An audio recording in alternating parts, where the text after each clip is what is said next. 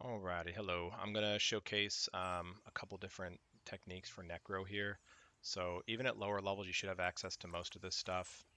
As far as all your dots, I mean, I'd say at least level 12. Now the fear I have, it's level 20. Um, I don't remember what the power sap is where you can actually utilize the opening gap, but I will put these on occasionally. They're just a little mana hungry since I'm going to be ideally not really getting hit. I don't I don't worry about that at the moment. But we're basically going to be going over three different things. There's root rotting, which sounds obvious. Just keep them rooted, get everything up on them.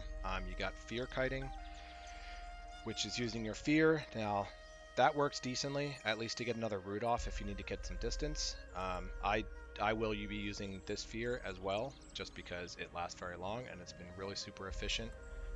Only problem with lower levels in is that the Hungry Earth doesn't really quite hold as long, but it's also why I keep my pet off at the start of the fight. I find, at least based on EQ, is that melee typically will break root a little bit easier.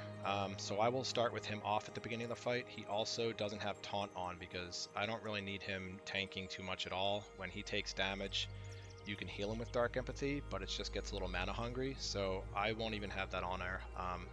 And I don't even know if I mentioned it, but the aggro kiting, so I'm just going to piss him off. He's constantly chasing me, which is why the Curse of Writhing is going to be the most important spell. So we're just going to start it off here.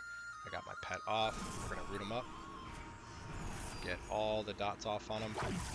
Now ideally this holds, it doesn't always, so it can get a little trickier sometimes.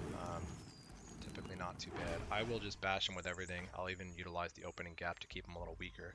So once that root starts to break, I mean, this one's holding really well, so I can actually keep a little distance just for the hell of it at this point.